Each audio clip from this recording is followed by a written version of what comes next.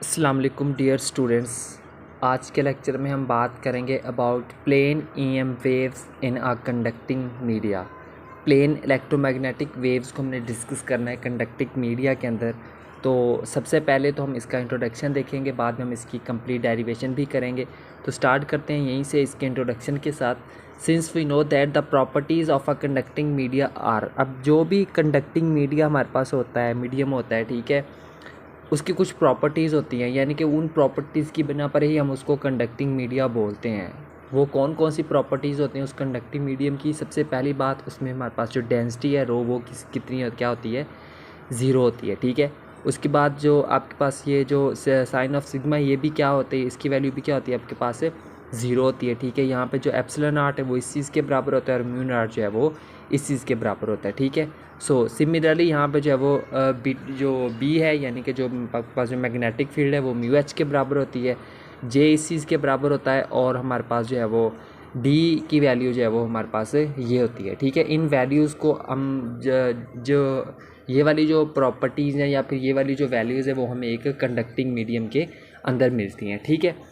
आगे बात करते हैं। Since the four Maxwell's equations are for conducting medium are, अब किसी भी कंडक्टिंग मीडियम के लिए हमारे पास जो चार मैक्सवेल्स इक्वेशन होती हैं वो हमारे पास ये चार इक्वेशंस होती हैं, ठीक है। ये वन बाय वन करके सारी चारों की चारों लिखी हुई हैं, ठीक है। So by taking curl of equation 3, अब ये जो हमारे पास इक्वेशन नंबर 3 है ये वाली, इसकी हम क्या ले लेंगे? दोनों तरफ कर ले लेंगे, ठीक है।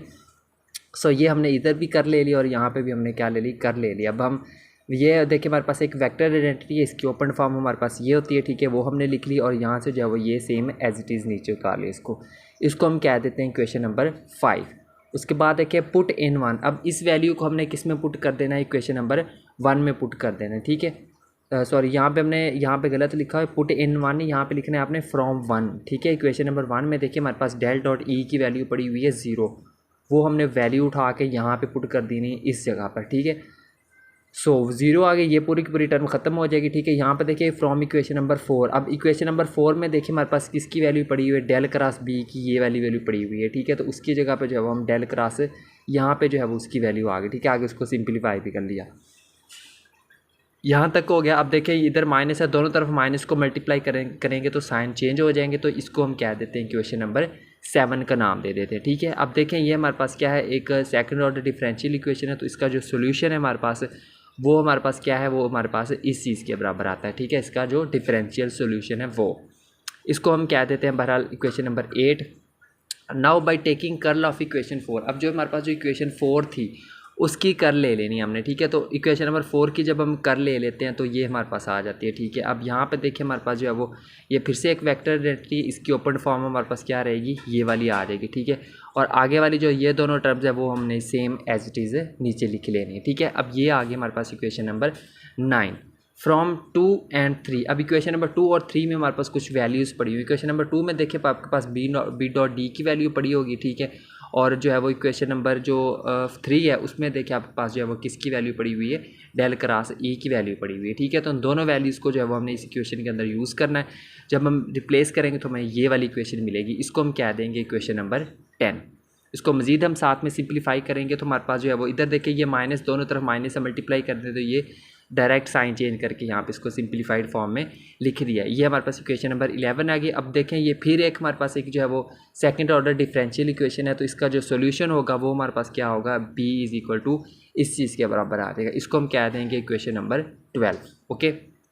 सो आगे देखें, put del is equal to j k and partial over partial t is equal to minus j omega in equation number 7। अब इक्वेशन नंबर 7 के अंदर हमने कुछ सब्स्टिट्यूशन करनी है, ठीक है। ये रही हमारे पास इक्वेशन नंबर 7। अब इसमें हम डेल की जगह पे इसकी वैल्यू पुट करेंगे, ठीक है।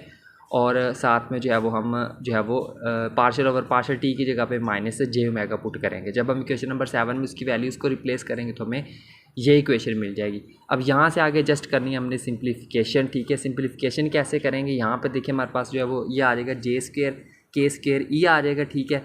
तो जे स्क्वेयर की वैल्यू होती है -1, तो वो यानी कि -1 के स्क्वेयर से मल्टीप्लाई होगा तो माइनस के स्क्वेयर आ जाएगा। और यहाँ पे जो ए है ई है, यहाँ पे भी ई मौजूद है, यहाँ पे भी, इन दोनों में से ई को कॉमन लेके जो है वो इस ई के साथ उसको कैंसिल आउट कर दिया, ठीक है। तो पीछे हमारे पास क्या फॉर्म रहेगी? कुछ ये वाली फॉर्म आ गई है, ठीक है।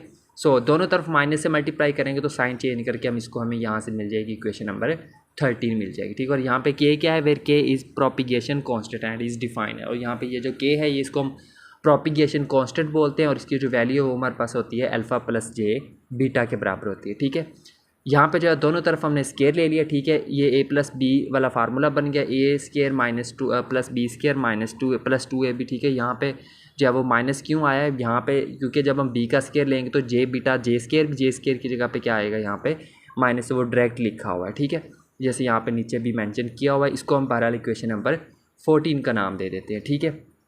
आगे देखें, where alpha is attenuation constant. Alpha यहाँ पे हमारे पास क्या है, अटेनुएशन कांस्टेंट है, और बीटा क्या है हमारे पास है, फेज़ कांस्टेंट है। इन वैल्यूज़ को अपने नाम को याद रखना है, एमसीक्यूज़ में पूछा जाता है। Now by comparing equation number 13 and 14, अब हम ये वाली इक्वेशन नंबर 14 और ये वाली इक्वेशन नंबर 13 इन दोनों को कंपेयर करें तो देखिए के स्केयर की इक्वल है, तो इसका मतलब है ये वाली दोनों साइड्स भी एक दूसरे के क्या आ जाएंगी, हमारे पास से इक्वल आ जाएंगी, ठीक है। तो यहाँ पे हमें दोनों साइड्स क्या मिल गई, एक दूसरे के इक्वल मिल गई, ठीक है। तो आगे देखते हैं, यहाँ पे देखें बाई कंपेयरिंग रियल पार्ट्स, अगर हम इनके रियल पार्ट्स को कंपेयर करें तो हमें ये वाली इक्वेशन में, यानी कि ये हमारा रियल पार्ट इस रियल पार्ट के साथ जो है वो हम इसको कंपैरिजन कर लेंगे, ठीक है। तो हमें ये मिलता है बाई कंपेयरिंग इमेजिनरी पार्ट, जब हम इमेजिनरी पार्ट्स को कंपेयर करें तो हमें ये वाली फॉर्म मिलती है, ठीक है। तो ये आ गया हमारे पास इमेजिनरी पार्ट्स। यहाँ पे सॉरी, यहाँ पे थोड़ी सी मिस्टेक है, यहाँ पे देखिए जे आ रहा है ना, तो यहाँ पे जे नहीं लिखा हुआ, ठीक है। तो यहाँ पे जे आएगा साथ, तो आपने ये लिख लेना है, तभी हम ये इमेजिनरी पार्ट बनेगा ना। तो यहाँ पे नहीं आएगा जे, ऊपर जे आएगा, ठीक है, यहाँ पे जे आएगा। सो ये गलती की आपने करेक्शन कर लेनी है। सो ये आगे हमारे पास equation number 16 by squaring and adding 15 and 16। अब ये नहीं रियल पार्ट्स और इमेजिनरी पार्ट वाली जो हमें दो इक्वेशन मिली हैं, इनको स्केयर भी लेना है और इनको ऐड भी करना है। तो ये इनकी लेफ्ट हैंड साइड को हमने स्केयर भी ले लिया और ऐड भी कर लिया, राइट हैंड साइड को भी स्केयर भी ले लिया और ऐड भी कर लिया, ठीक है। अब ये वाली देखिए पूरी की पूरी टर्म हमारे पास किसके बराबर होगी, a square plus b square whole का स्केयर के बराबर होती है, और ये वाली दोनों सेम एज इट इज़ आ जाएंगी। स्केयर ख़त्म करने के लिए दोनों तरफ हमने स्केयर रूट ले लिया और यहाँ से हमें मिल गई इक्वेशन नंबर 17, ठीक है। बाई एडिंग 15 एंड 17, अब इक्वेशन नंबर 15 को ऐड कर देना इक्वेशन नंबर 17 में, तो राइट हैंड साइड में ऐड कर देनी और लेफ्ट हैंड साइड के अंदर ऐड कर देनी है, ठीक है। यहाँ से देखिए इसको ये आपस में कैंसिल आउट हो जाएगा, alpha plus alpha 2 alpha square हो गया, ठीक है। और ये वाली जो टर्म्स है ये सेम एज इट इज़।